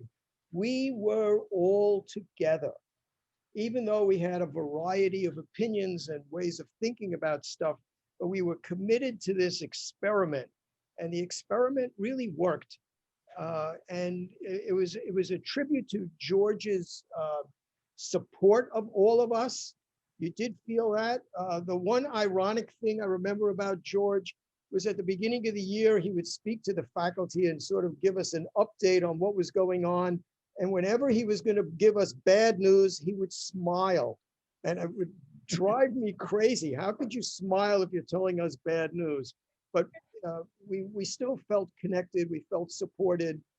One of the other things that we did at Ramapo that was really groundbreaking was the support for students with disabilities that was supported by the Office of Specialized Services that his wife was running. And we were in the forefront of that on a national stage. You could get run over in the halls with students in wheelchairs. Chuck, It was really very, very impressive. I think. Chuck, can I jump in here for a second? Marshall, I just sent to Ralph yesterday the video biography that I've done on George Potter. I still have to tweak it because I've got some repetition that I need to get out. But using, if Chuck agrees, the Mawa Museum, we could run it and it's similar to this. And what's interesting about that, first of all, Flavia Laya has some wonderful things to say about the college, reminiscent of what you said. But in there, I have his sister talking about his club feet when he was a young boy. And Laurie Potter talks about it as well. So in the bio of him, you see the genesis of so much of what we came to love about this guy. And it's early on that you see there, and his experiences early on, working job he had with radio generated his love of music and singing. So I think this crew on this live, play right here would really very much enjoy seeing that. And I'd love to get Ralph and Kathy to respond to their father in seeing this biography that we put together. So Chuck, I'd like to see if we could schedule that somewhere down the road for Mawa. Yeah, that'd be good. That'd be very exciting. I just wanted to, if I may, just relate a real quick story that I have about President Potter, George Potter, which to this day, I recall it's like it happened yesterday. With the Alumni Association, we had asked them if we can have a Halloween party in the mansion. And it was a fundraiser and he agreed to it. And so what we did is we set up the basement of the mansion with all kinds of props. We had things hanging from pipes and all kinds of, costumes, skeletons and everything. So we wanted to test it. What we were going to do is we were going to have charged students to come down and have a tour on Halloween night of the basement of the mansion. We got the word around that the campus was haunted and the mansion was haunted and everything. And we built that up for weeks. So we got a couple of students that we wanted to test. It was during the day on Halloween. And we brought them down, and these two students, two girls, had sodas in their come down. We said, you got to come down. We want to show you something. Okay, there's something in the basement. We can't explain what it is. So if you remember the mansion's basement, it was a labyrinth of long hallways, dark rooms. There were wine cellars and everything like that. So we're walking down, and I had another student dressed up, and I says, when I give the cue, I'm going to say something. Just creep across with your cape on across the corridor from one room to the other. Well, we had these girls, they came down and we were showing them, this is where so-and-so died and there's supposedly a ghost over here and everything like that. Well, I gave the cue and this student comes across, tiptoes across with this long cape on, and it looked like he was floating across the hallway. These students and screamed so loud, threw their sodas up in the air. I was covered with soda and everything. So anyway, we knew that this was going to work at night. So I go upstairs, and next thing I know, somebody had come up to me. I can't remember who it was. And says, "President Bonner wants to talk to you." And I says, "Uh-oh." I said, "That's it. We're done. This is going to be canceled." So I went upstairs and I went to his office, and he says, "Vince," he says, "what's going down? What's happening downstairs in the basement of the mansion?" And I said, "Well, President Potter," I said, "we're just testing out for the alumni Halloween party. I'm expecting him to put the kibosh on this thing every second." So he gives me this smile and he goes, "Just be careful." And I said, "Okay, thank you, President." And I hightailed it out of there, and that was it. But that, that was his personality. I expected him to say, "You can't do this, this is going to be too dangerous," or, "I don't like what's going on." And, he just gave his approval. He gave a tacit nod and everything like that. It was just a great, and I'll remember that for all time.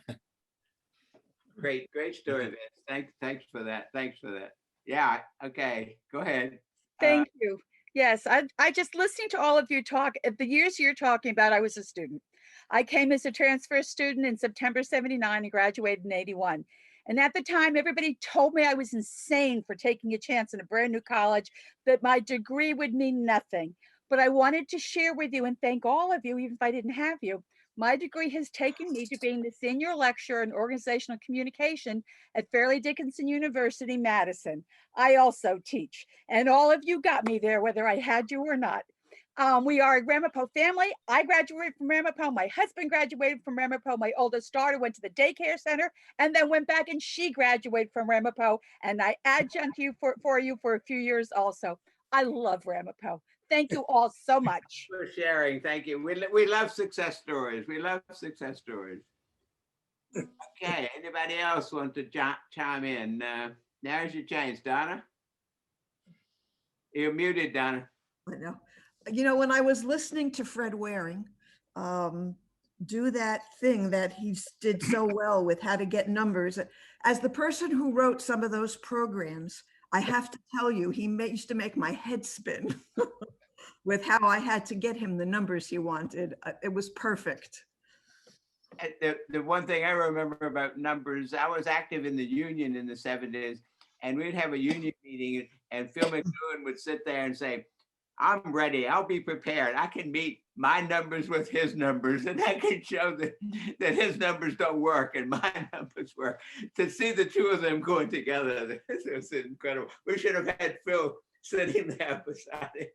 Well, the other piece of what he did with Fred Waring was when he was looking for the paper and he found it in the mess, you would go into Fred's office and you would ask him for something and he'd kind of do this. And then he would go in the middle of this huge pile of unorganized paper and get that one piece. I don't know how he knew where it was, but he would pull it out of the pile and give it to you. Donna, when I first started Ramapo and I heard the name Fred Waring, and I said, "Oh, we have the music director here working at Ramapo. That's great." We always thought he was the Fred Waring who was the orchestra director.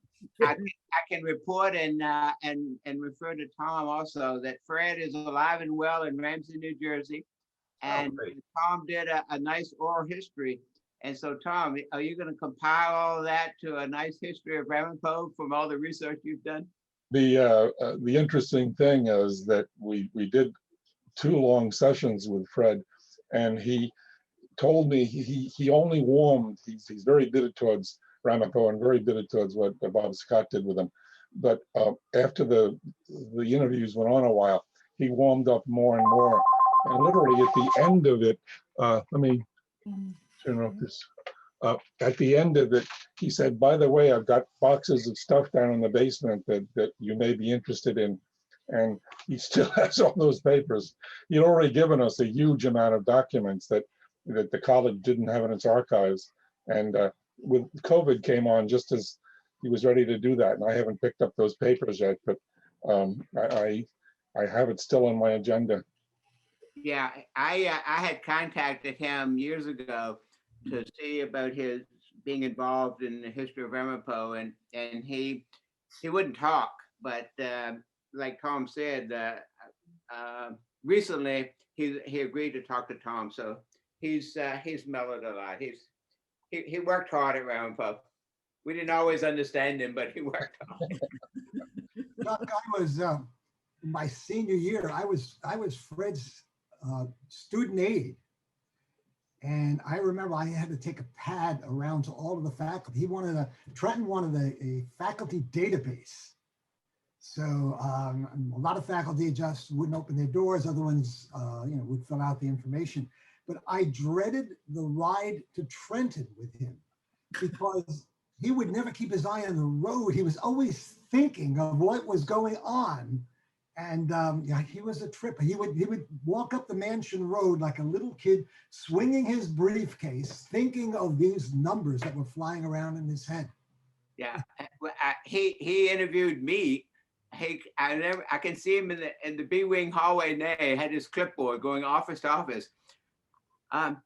What ethnicity are you? I've got to put a checkbox here. Are you Hispanic? We could list you as Hispanic. I say, okay, you want to list me as Hispanic? List me as Hispanic. Tom, you want to comment? Charlie, I knew George later in his career because I was his lawyer, but I also transcribed some of the tapes that Tom Goss had, that Tom Heed had on in the oral history. And one of the funniest stories on there was a story by Tom Goss, who said that at one point you had a director of student affairs. I don't know whether that was his title at that time because titles weren't exactly George's forte, but this person wanted to impose a dress code on students. So George, and they're in the mansion, and George goes over to the window and he looks down at the plaza in front of the mansion. And he says, I want you to imagine that there's a mob of naked students down there protesting. And he says, should I charge them with violations of the dress code? So, but dress codes would not have gone very well at Ramapo. And as I recall, that person didn't last till the opening of the college. no, Fred Waring should have been nowadays the perfect model for the untucked shirts. Okay, he would be perfect for that. By the way, one of the stories I got from Bob Cassidy that I knew already beforehand was when security busted him and some of his friends skinny dipping in the pool. For those of you who remember the pool that once was there on campus. Pool was the area where I can honestly share that I would smoke pot with students. The outdoor pool. Oh my. We smoked grass on the grass. We've got a lawyer on this program. I don't remember exactly whether I was there or not. First of all, Marshall, the statute of limitations has run, number one. And number two, it's legal to do it in New Jersey. That's right. That's right. Well, that pool was fed from artesian groundwater that they used before the college when it was a working farm. So they drew that water from artesian wells up in the back, and that's how they would fill that pool. And if you recall, the first month or more right to the beginning of August, you would jump in that water. You couldn't feel yourself. It was like freezing cold, but it was a gorgeous feeling though on a hot summer day to jump in that pool. Well, the pool was also another example of the family feeling on campus, because faculty would come with their kids and intermingle with the students. Oh yeah. There were no boundaries, which is a little. Well, wait a minute. There were some boundaries. Marshall, that's one of the things that Flavia talks about very eloquently in her oral history. It was amazing how observant she was about that. And Well, it allowed for a free exchange of ideas. It allowed for us to move the world forward. You know, it was truly interdisciplinary. You know, in that sense, I think that interdisciplinarity was palpable in the throughout the institution. other than Yole, Sills, and what she did, how was TAS interdisciplinary? We couldn't figure that out. Well, the psychologists lifted TAS out of its. Bernie Langer had a lot of, and Eddie taught some seminars. Well, I have to tell you a funny TAS story, though. I was a contemporary arts major. I went over and took the sci-fi literature course, and we had like 70 people in the theater that day. And the faculty members, the first thing he said was, "Where is the person from the other side?" And we were all silent. And then he went, "There's somebody here from the humanities." And I'm like, "Oh my God." And he said to me, "This is the first time anybody from the humanities has ever taken this course." So yeah, interdisciplinary TAS, that's a little shaky. Well, I need to defend this. Science is exceedingly interdisciplinary. You have to write about your findings. You have to read the history of the work that's been done in your area. Mathematicians, you know, statistics kind of defines the, you know, how the work is doing, whether you can believe it or not. So, you know, it's as far as I'm concerned, it's pretty interdisciplinary. Well, it is. When I teach my students in world history and we do the scientific revolution and the scientific method, it absolutely is. You know. Okay, I think we're nobody else. One final observation. They wanted to say something. Well, this is Ralph. I'd just like to thank you for everything. Specifically, Tom, thanks a lot for the video you sent this week. By the way, Ralph, did that play all right for you? Yes, yes. I look forward to having more conversations about it in the future. Oh, great. We'll do it on the Zoom session, and we'll invite you. As you know, my children, all three of them, will be in Malwa this week. I'm going to try to bring them by the museum if it's open. So Saturday, next Saturday we can open it special. Just you can email me. Go through the museum and send me an email, and we can meet you there and show you the exhibit. It'll be great. It'll probably be Thursday a week or Friday. from today. Ralph, what did you say? I'll poll the kids. It'll either be Thursday or Friday. They'll be available. Great, let us know. Okay, I guess we're finishing up here, gang. Thank you again. Great, really enjoyed it. I thought it would work well, and I have to thank my good friend Cliff Peterson, because on the last program, I put out the invitation. Should we show this? And one of my esteemed colleagues says, "Oh, that's ancient history. We don't want to see that." And my good friend Cliff says, "Yeah, why not?" So thank you. Okay. What a pleasure to be on this call with everybody. Okay, take care. Bye-bye. Seeing everybody. Thanks. Well, bye, everybody. Thanks, Charlie. Hey, Donna. Thanks, Malwa Museum. Bye. Bye-bye.